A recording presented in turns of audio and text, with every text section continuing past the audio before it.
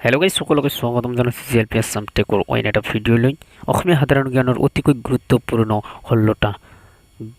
প্ৰশ্ন আৰু উত্তৰলৈ সকলকে স্বাগতম জনাই আজিৰ ভিডিঅটো আৰম্ভ কৰিবলৈ লৈছো বলো গাইস ভিডিঅটো আৰম্ভ কৰো 16টা অতিকৈ গুৰুত্বপূৰ্ণ প্ৰশ্ন 1 বৰ্তমান ভাৰতৰ উপৰাষ্ট্ৰপতি গৰাকীৰ নাম কি উত্তৰটো হৈছে জগদীপ ধনখড় দ্বিতীয় প্রশ্ন বর্তমান ভারতের বিত্তমন্ত্রী গরাকীর নাম কি উত্তরটি হইছে নির্মলা সীতারমন প্রশ্ন 3 বর্তমান ভারতের শিক্ষামন্ত্রী গরাকীর নাম কি উত্তরটি হইছে ধর্মেন্দ্র প্রধান প্রশ্ন 4 বর্তমান ভারতের রেলমন্ত্রী গরাকীর নাম কি উত্তরটি হইছে অশ্বিনী বৈষ্ণব প্রশ্ন 5 বিশ্বৰ আটাইতকৈ ডাঙৰ সাগৰখনৰ নাম কি উত্তৰটো হৈছে ফিলিপিন সাগৰ প্ৰশ্ন 6 জিলা ন্যায়াধীশসকলক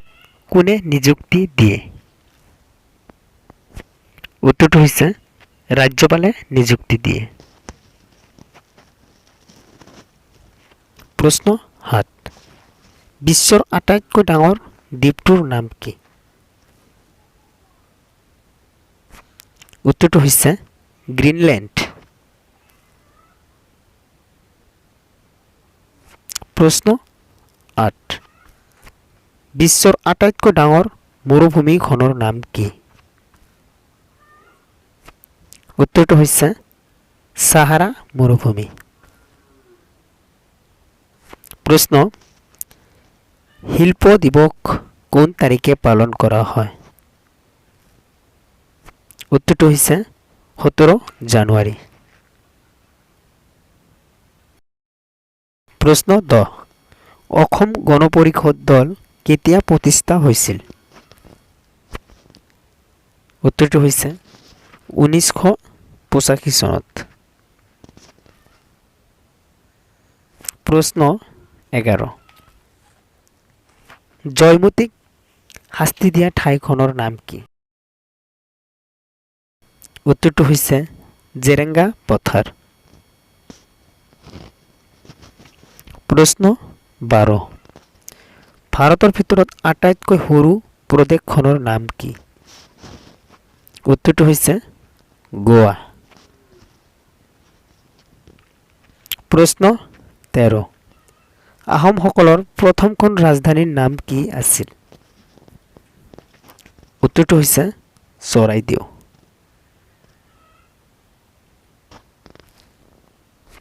প্ৰশ্ন 14 বৰ্তমান পাকিস্তানৰ প্ৰধানমন্ত্ৰী গৰাকীৰ নাম কি উত্তৰটো হৈছে শাহবাজ শৰীফ